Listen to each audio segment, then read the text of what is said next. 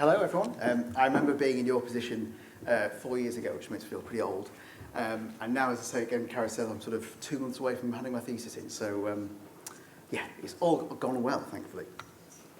So today I'm going to talk to you about how I'm actually commercially translating the work I've been doing throughout my PhD. So I'm going to very briefly talk to you about my research. So as we all know, the population is growing rapidly. So by 2050, we'd expect the population to be around about 10 billion people. And those 10 billion people will require sources of high-quality food, and protein is clearly very important. So if you look at a global trend, the world is actually consuming more meat and fish, regardless of what's going on in the West towards sort of vegetarianism and veganism. As a global trend, meat and fish consumption is rising. And this means that the protein sources that we feed our animals, like soybean meal and fish meal, the demand for those is going up massively. So in about 30 years, we'll actually have a scenario where the demand for protein-rich livestock feed is about 50% less than 50% more than the supply. So where on earth are we going to find this protein from? Well, we'll just produce more soybean, shall we? Well, no, we can't do that because soybean meal is sort of associated with deforestation, particularly in South America. So it's not sustainable. So we need an alternative protein source. So I believe that black soldier fly larvae, which are the lower circle here, could be the answer to that. So when I was talking to my supervisor at the very beginning, who actually knew before my PhD, he said, black soldier fly larvae can't grow on organic waste and residues, and that's your PhD. And I thought, oh, well, I better leave now because it's a no-goer. And he said, but there is a way of treating these residues, we think, to make them edible. And if we could do that, we could make wheat straw, oil palm waste, sugarcane waste, cacao waste, all these different wastes that currently have no use globally, we could make these into a feed for black soldier fly larvae. Why do we want to do that? These larvae need to be able to feed on a sustainable feed themselves, to be a sustainable feed themselves, if that makes sense. So my approach has been to use a microbial pre-treatment that the university's now patented. So that means we can now actually move it into the real world and create real-world impact from this research. So COVID, although it was probably one of the worst things that happened to us all, I'm sure, it was actually slightly beneficial for the commercial translation of the work. So it took me out the lab. And I'll be honest, about 2.5 years in, I was starting to get a little bit bored of lab work. So when someone said to me, you've got 3 months to start to develop a business proposition, I thought, fantastic. And I'd always been really interested in translating research.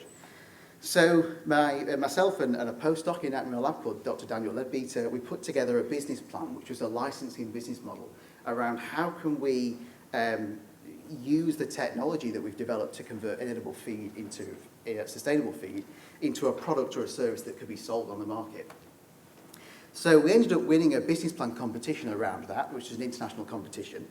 And really why I'm here today is to talk to you about how I actually did that. And one of the ways that I've done that is by always, which sort of touches on what other people have been talking about, is always looking at the PhD as an opportunity to develop personal skills and professional skills, not just research skills. And that is really important. Because at the end of the day, you may want to go into academia, in which case those research skills are highly relevant. But I didn't. And I knew that from the very get-go. And I knew that I'd want to move into the commercial world afterwards. So I thought, well, what do employers look for? You know, and some of these skills here in the boxes on the right here are sort of those skills that are looking for. So business planning, if you want to go into the commercial world. Grant writing, which is something you can pick up clearly through academia. But looking at science through the lens of the problem-solution fit. So rather than looking at science because it's interesting, and there's a lot of reasons to do interesting science, but looking at science and thinking what problems are in industry and what solutions can science provide. Because in a world where we've got climate change going on, we really cannot afford to not look at science in that way, in my opinion. So through sort of this whole commercialization process, it's been working with universities, venture capitalists, companies around the world, and that requires an ability to speak to them in their language, which was a real baptism of fire.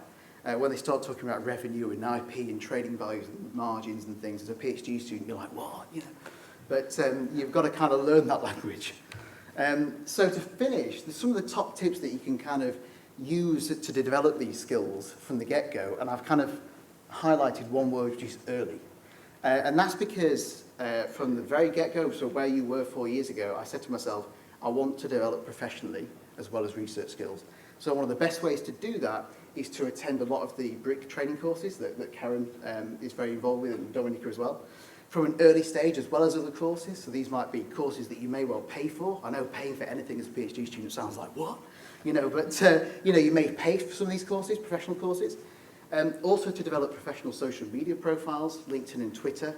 LinkedIn's used mainly by industry as a general rule of thumb, and Twitter more so by academia, but those lines do blur. And that means you can start to establish credibility and trust in your area. So by sharing not just information about what you're doing, but information that might help others in your network is a way of making yourself a connector between people, and I found that's really useful. So now people do come to me for expertise, and I go to other people for expertise in my network, and you start to build a name for yourself in the area. You can also join relevant bodies and groups early on. These might be interdisciplinary, they may be specific to your area, or they may be very broad. So like the Royal Society of Biology is particularly broad for me, but I'm also a member of Biomass Biorefinery Network, which is a very specific network. Also to attend conferences and workshops from an early stage. So really what I'm trying to get at is to say, consider the PhD as an opportunity to develop professionally and personally as well as just a researcher, because what you don't want to do is come to the end of the PhD and think, right, workplace, and then realise that you've not prepared yourself for that. And you've got this wonderful thesis, but you haven't got any of those other skills that employers are looking for. So if you take one thing away from this talk, that's really what I'd like to take away. So thank you very much for listening.